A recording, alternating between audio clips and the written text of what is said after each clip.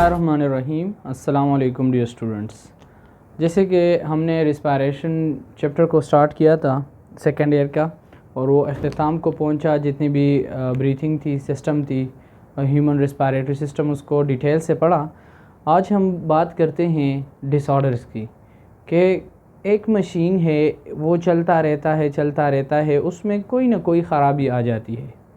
बाज़ दफ़ा वो ख़राबियाँ किसी एक्सटर्नल एजेंट्स की वजह से आती हैं, बाज़ दफ़ा वो ख़राबियाँ उसी सिस्टम को ख़राब यूज़ करने की वजह से आती हैं।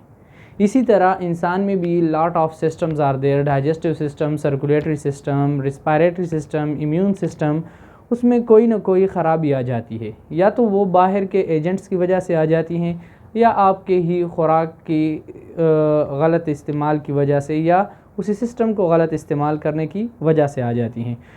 हम रिस्पायरेटरी डिसऑर्डर के बारे में बात करेंगे। हमारे साथ two type of respiratory disorder हैं। एक को हम कहते हैं अपर रिस्पायरेटरी डिसऑर्डर, और दूसरे को हम कहते हैं lower respiratory disorder. Upper respiratory disorder कौन से हैं? जो आपके यानी हेड पोर्शन में जितनी भी आपके रिस्पायरेटरी पैसेज वे हैं, उसमें कोई डिसऑर्डर आ जाती हैं। और लोअर का मतलब क्या है कि आपके जो नेक रीजन है या थ्रोट रीजन है, इससे नीचे जितनी लंग्स हैं, या ब्रोंकाई है, ब्रोंक्यूल्स हैं, या अल्वुलाई है, उसमें कोई डिसऑर्डर आ जाए तो उसे फिर हम लोअर रिस्पायरेटरी डिसऑर्डर कहते हैं। अब डिसऑर्डर होता क्या है? वर्ड डिसऑर्डर मतलब क्या है कि एक चीज़ है वो नॉर्मल फंक्शन कर रहा है और वो अपना नॉर्मल फंक्शन ख़त्म कर दे, दैट इज़ कॉल्ड डिसऑर्डर। ठीक है। फर्स्ट वन क्या है हमारे साथ? साइनोसाइटिस है। ठीक है। इस साइनोसाइटिस में या इसके बाद निमोनिया हो गया, या हम ओटाइटिस मीडिया के बारे में बात करेंगे। यहाँ पर एक वर्ड यूज़ होता है टिस। ठीक है। टिस का मतलब क्या है? इन्फ्लेमेशन है। टिस का मतलब क्या है?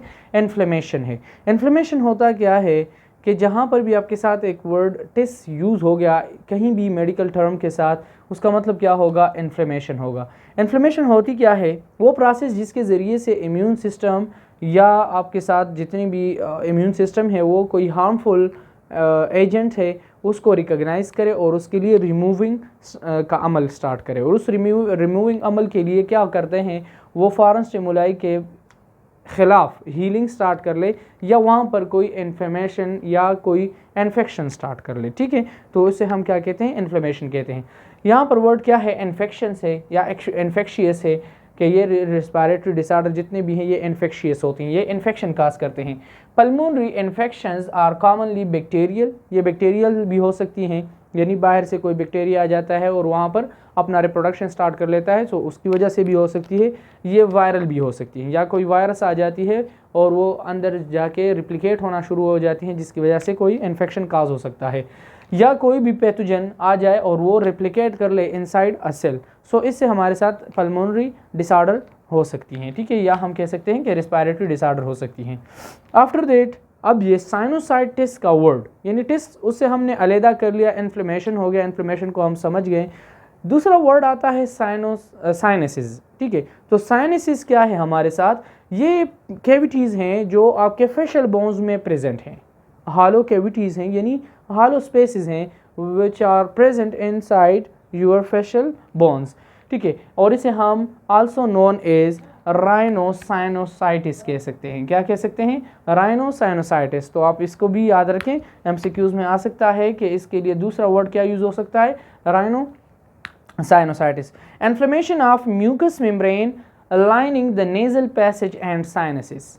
इन्फ्लेमेशन कहाँ पर होती है? जो आपके साथ म्यूकस मेम्ब्रेन है, उस म्यूकस मेम्ब्रेन में लाइनिंग है। लाइनिंग के किस चीज़ के लिए? नेज़ल कैविटी के लिए, या हम कह सकते हैं कि जितनी साइनसेस होती हैं उनके म्यूकस मेम्ब्रेन में इन्फ्लेमेशन काज हो जाती है। ठीक है।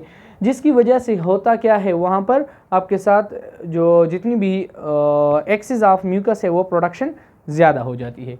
आते हैं साइनसिस के ऊपर कि आपके साथ साइनसिस हैं क्या और कहाँ पर प्रेजेंट हैं। अगर आप अपने बॉडी को देख लें, अपने फेस को देख लें, फेस की बॉडी को देख लें, जहाँ पर है आपके साथ आइज़ के ऊपर जो पोर्शन है यहाँ पर। ठीक है। तो इसे हम क्या कहते हैं? यहाँ पर आपके साथ फ्रंटल साइनसिस मौजूद हैं, वन इस साइड पे, वन इस साइड पे। इसी के साथ अगर आप देख लें नीचे यहाँ पर आएंगे टू आइज़ के मिड पर बिल्कुल। ठीक है। नोज़ के जो बोन है इसके बिल्कुल सिर के साथ यहाँ पर आपके साथ टू और another sinuses are present, and that sinuses are called ethmoidal sinuses. ठीक है। एथमाइडल साइनसिस के साथ ही डायरेक्टली नीचे नाक के साथ बोथ साइड पर स्पिनाइडल साइनसेस मौजूद होती हैं, ठीक है। और उसी के साथ आपके साथ जो नीचे हम स्कल में बात करेंगे फिर ये मैंडिबल है, ठीक है, जो नीचे वाली जॉ है, और ऊपर वाली को हम मैक्सिला कहते हैं। तो इस मैक्सिला में भी यहाँ पर कैविटीज़ मौजूद हैं, 2 कैविटीज़ हैं जिसे हम मैक्सिलरी साइनसेस कहते हैं। तो आपके साथ टोटल 4 टाइप ऑफ साइनसेस हैं which are present on your facial bones, ठीक है, आपके फेशियल बोन में प्रेजेंट है।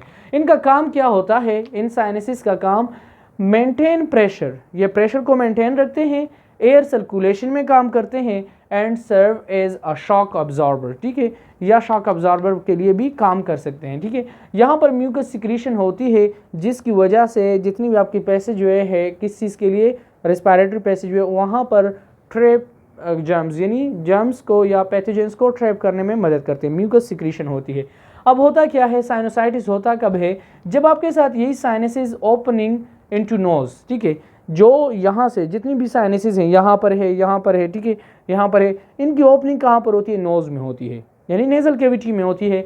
यही ओपनिंग अगर ब्लॉक हो जाए, यही ओपनिंग अगर ब्लॉक हो जाए और एक्सेस ऑफ अमाउंट प्रोडक्शन हो जाए म्यूकस की, तो वहाँ पर क्या हो जाती है? इन्फ्लेमेशन काज हो जाती है। इन्फ्लेमेशन क्या होती है? अकर हो जाती है। फॉर एग्जांपल मैं बात करूँ कि आपके साथ एक म्यूकस है, उसकी सिक्रेशन हो रही है, ठीक है, फाइनली हो रही है, जर्म्स जो है वो भी ट्रैप हो रहे हैं, और भी जितनी भी वो मेंटेन कर रहा है, ठीक है, आपके साथ एयर सर्कुलेशन है वो भी मेंटेन कर रहा है, प्रेशर भी मेंटेन कर रहा है। लेकिन उसके साथ होता क्या है, अगर यही सिक्रीशन आपके साथ स्टॉप हो जाए, यही सिक्रीशन आपके साथ डायरेक्टली स्टॉप हो जाए, किस वजह से स्टॉप हो गया? साइनोसिस की वजह से। वो आपके साथ जो ओपनिंग है पैसेजवे का यानी नेजल कैविटी का, वो ब्लॉक हो जाए, और वहाँ पर सिक्रीशन तो हो रही है, तो उसी सिक्रीशन में क्या हो जाता है? इन्फ्लेमेशन काज हो जाती है।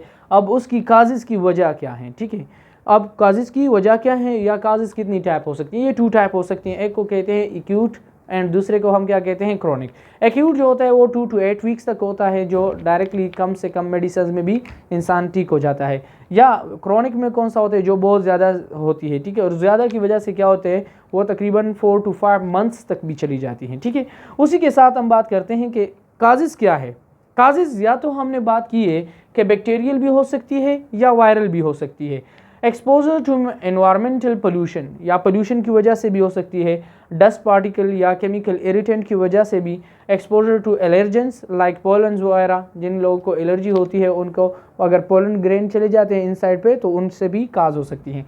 या हम कहते हैं कि सडन चेंज आ गई टेम्परेचर में, ठीक है, यानी जैसे आजकल ये बहुत मसला आ रहा है क्योंकि डायरेक्टली टेम्परेचर चेंज हो गया, क्योंकि 2 दिन पहले अगर आप देख लें तो मौसम बहुत गर्म था, लेकिन अब मौसम बिल्कुल ठंडा हो गया एक ही बारिश के साथ, ठीक है।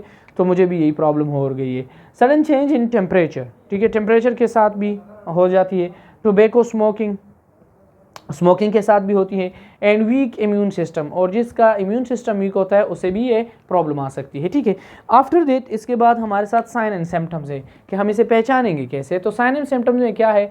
फर्स्ट ऑफ ऑल पेन और प्रेशर इन ऑन साइनसेस। अगर आप देख लें तो आपका कभी कभी बिल्कुल ये जगह दर्द करने लग जाती है, बिल्कुल ये जगह, हेडेक होता है ना, एक हेडेक के साथ ये अगर आप देख लें तो आपके बिल्कुल ये जगह भी दर्द करने लग जाती हैं, ठीक है। नज़ला ज़ुकाम में भी होता है। तो पेन और प्रेशर ऑन साइनसेस, उसके साथ नेज़ल कंजंक्शन या ब्लॉक्ड नोज, ठीक है, जो आपका नाक बंद होता है।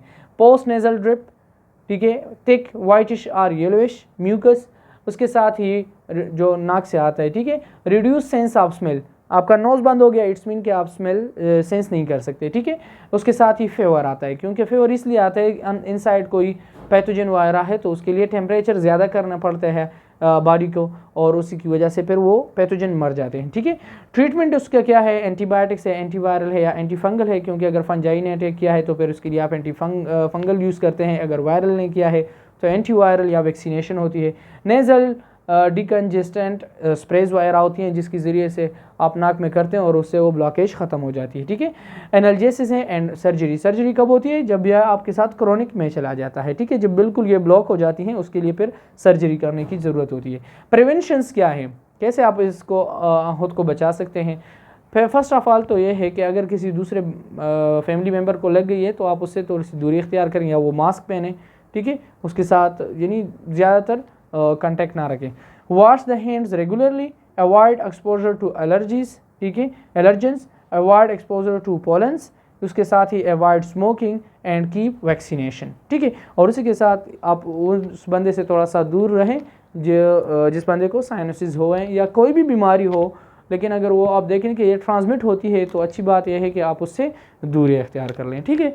सो आज का टॉपिक था हमारा रिस्पायरेटरी डिसऑर्डर में साइनोसाइटिस। इंशाल्लाह इसके बाद हम ओटाइटिस मीडिया के बारे में बात करेंगे जो हमारे साथ अपर रिस्पायरेटरी डिसऑर्डर में आता है।